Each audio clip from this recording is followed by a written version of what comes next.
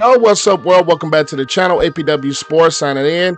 And as we stand right now, we are in pretty much the dead zone of the NFL offseason, which means most of the free agent moves have been done. Trades, most of the trades that we can see this offseason have been done, and the NFL draft is over with. So it's time to take a look back at some of the moves that have happened during the 2023 offseason, and I'm going to give the top 5 moves that have happened during this offseason. Now, the way I'm going to do this list is not going to include draft picks. So it's not going to include picking up CJ Stroud or Bryce Young or the Paris Johnson Jr. trade. It is not going to include any of that.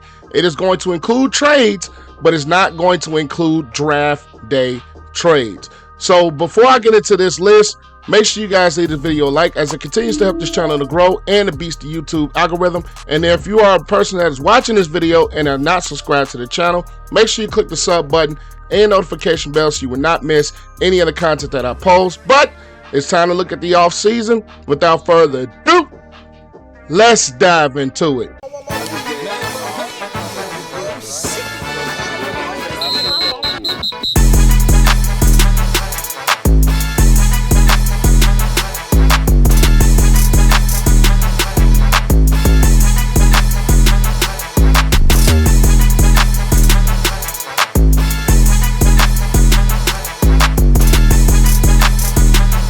The number 5 move on this list is the New Orleans Saints signing Derek Carr. Now, Derek Carr had a couple of options on this list after being released by the Las Vegas Raiders. Options include the Jets, the Tampa Bay Buccaneers, but he ended up signing with the New Orleans Saints to a 4-year, $150 million deal. Now, the Saints were in a position where they needed a quarterback to help improve their play outside of what they had last year with Andy Dalton and Jameis Winston. Derek Carr is going to be a guy that comes into that Saints roster and give them a dramatic improvement on the offensive side of the ball. Now, you're talking about pairing Derek Carr with weapons like Alvin Kamara and Jamal Williams out of the backfield. Chris Olave, who had a very solid season, and he's from The Ohio State University. You have Michael Thomas coming back, hopefully healthy, from The Ohio State University. Juwan Johnson has been a very good find for them at their tight end position. They brought in Foster Moreau at that tight end position as well. Traquan Smith, a very solid slot wide receiver. Rashid Shaheed, and you pair him with a very solid offensive line led by Andrews Pete and Ryan Ramchuk. So you have a New Orleans Saints roster who is going to be, I believe, dramatically improved with just signing Derek Carr alone. And with the Saints signing Derek Carr, that makes him the best quarterback in the division. That is, at this point right now, not a very good division when you're talking about a Tampa Bay Buccaneers team that's in transition from the Tom Brady era to the possible Baker Mayfield / Kyle Trask era. You're talking about a team with the Carolina Panthers who just signed Andy Dalton, who the Saints had last year, and they drafted Bryce Young, number 1 overall. So they're still a team that's going to be possibly in the rebuild, even though they have some pieces. And you're going to talk about an Atlanta Falcons team that has Desmond Ridder, but Taylor Heineke is a good signing. He's a backup, but at this point, you're still not going to be on the level of Derek Carr. And you pair Derek Carr with the defense led by Cam Jordan, led by Demario Davis and Marshawn Lattimore. So I think that elevates this Saints team to being out of the playoffs, to possibly being champions in that NFC South division. And the signing of him is going to help them improve dramatically, and that's why I have it number 5 on this list. Number 4 on this list is the Miami Dolphins acquiring Jalen Ramsey from the Los Angeles Rams for 3rd round pick and Hunter Long.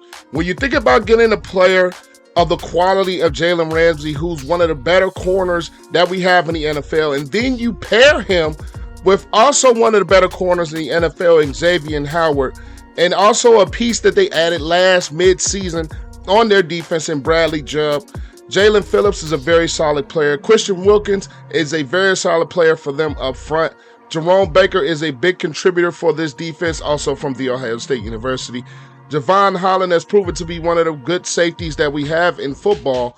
So this Dolphins defense gets dramatically better in the back end of their defense by getting Jalen Ramsey, and you still have pieces in your front end that are very solid pieces on your defense. And you pair a guy like Jalen Ramsey with Xavier Howard, which could possibly be the best corner duo that we have in the NFL. And then you pair him with the offense. Hopefully Tua Tagovailoa can stay healthy. Weapons like Tyreek Hill and Jalen Waddle at that wide receiver position for him. You have a team that I think is going to mesh on both sides of the football. Offensively, you have the weapons and you have the quarterback, if healthy, could be very productive for you. And on your defensive side of the ball, you have two shutdown corners with a very solid pass rush, a good play at your linebacker position. The Dolphins team already was a playoff team last year, and they could be better this year. And you're still going to have to compete in the division with the Buffalo Bills. You're still going to have to compete in the division with the New England Patriots and the New York Jets. And you just have a Miami Dolphins team that I believe is going to be a very good contender in that AFC, and a very, very tough AFC. So they made the right move to add to their defensive side of the ball to help defend some of these offenses, like the Bengals offense, like the Chiefs offense, like the Jets, like the Bills. You had a piece like Jalen Ramsey that can come in and really, really help you stay afloat in some of those high-scoring ball games, or you're facing some of those elite offenses.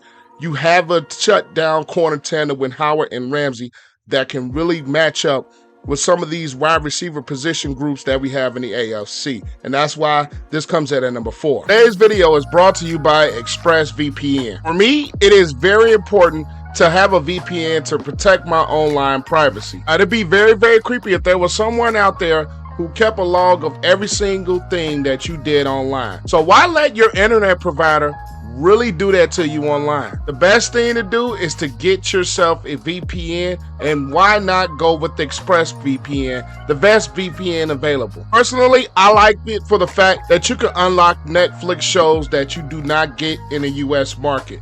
Now, one show that I've started to get myself into is Brooklyn Nine-Nine. You search Brooklyn Nine-Nine in the US, it doesn't come up, but you can switch your location to Canada, and you can research Brooklyn Nine-Nine again, and bam, it pops up right then and there, and you can catch up on your episodes of Brooklyn Nine-Nine. Now, if you click the link in the description below, you will get 3 free months of ExpressVPN. Just by clicking the link below and you sign up today, you will get 3 months free of ExpressVPN. All you have to do is click the link down below, and you will get ExpressVPN. Now, let's just get back to the video. The number 3 move this offseason is going to be in a different direction, and is not going to be a player acquisition. It is going to be a coach acquisition, and it's going to be the Denver Broncos acquiring the services of Sean Payton to be their new head coach for the New Orleans Saints in exchange for the number 29 overall pick and a second-round pick in 2024.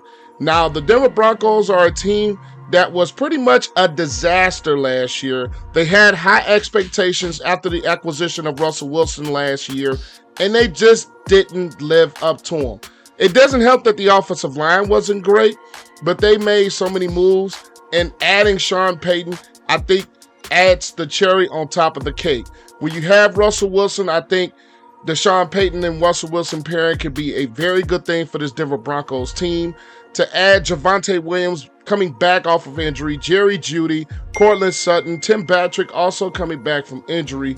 Then you have a guy like Mike McGlinchey who you add, Ben Powers who you add in free agency. It's just all the pieces on this offense to have with Sean Payton's mastermind creativity is going to elevate this Denver Broncos team from where it was last season, finishing last in the AFC West division.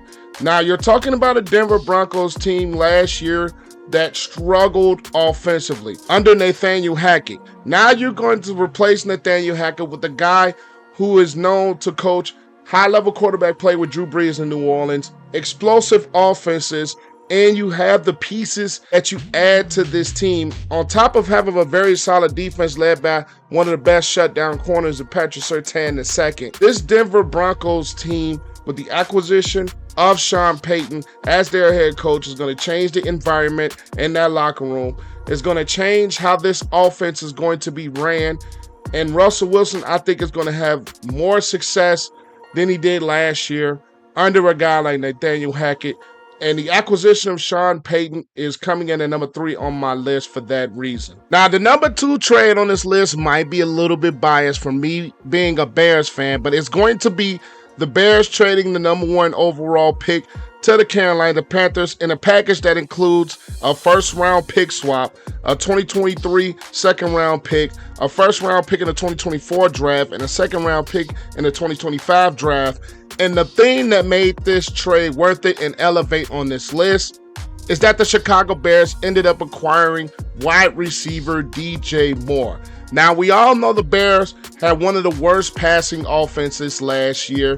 That was partly due to the injuries at wide receiver, the wide receiver group not being great, the offensive line really not being great, and you didn't have that true number 1 wide receiver to go with Justin Fields. Now you get Justin Fields, their true number 1 wide receiver, and not only that, you get picks for the future. Now, we all know what the Panthers did with their pick. They drafted Bryce Young number 1 overall, but like I said, that part of it is not included on this list. We're only going to look at it from the Chicago Bears side. You get picks that help you out in your future, and you get the Panthers' first-round pick next year, and the Panthers aren't slated to be a very good team in 2023, so that could be potentially a high pick. The Bears still own their own first-round pick. So not only does this help the Bears as of right now in getting the number 1 true wide receiver in DJ Moore, it helps them add to this football team for years to come and continue to build this roster that clearly needed a rebuild after the entire Ryan Pace, Matt Nagy regime. So the Bears get what they needed now, which is a true number 1 wide receiver in DJ Moore and his explosiveness and his ability to make things happen on the offensive side of the ball, to pair with Justin Fields, who's coming off of a 1,000-yard rush season, only the 3rd quarterback in NFL history to do it, and he has the talent to throw the ball deep down the field and make plays in a passing game.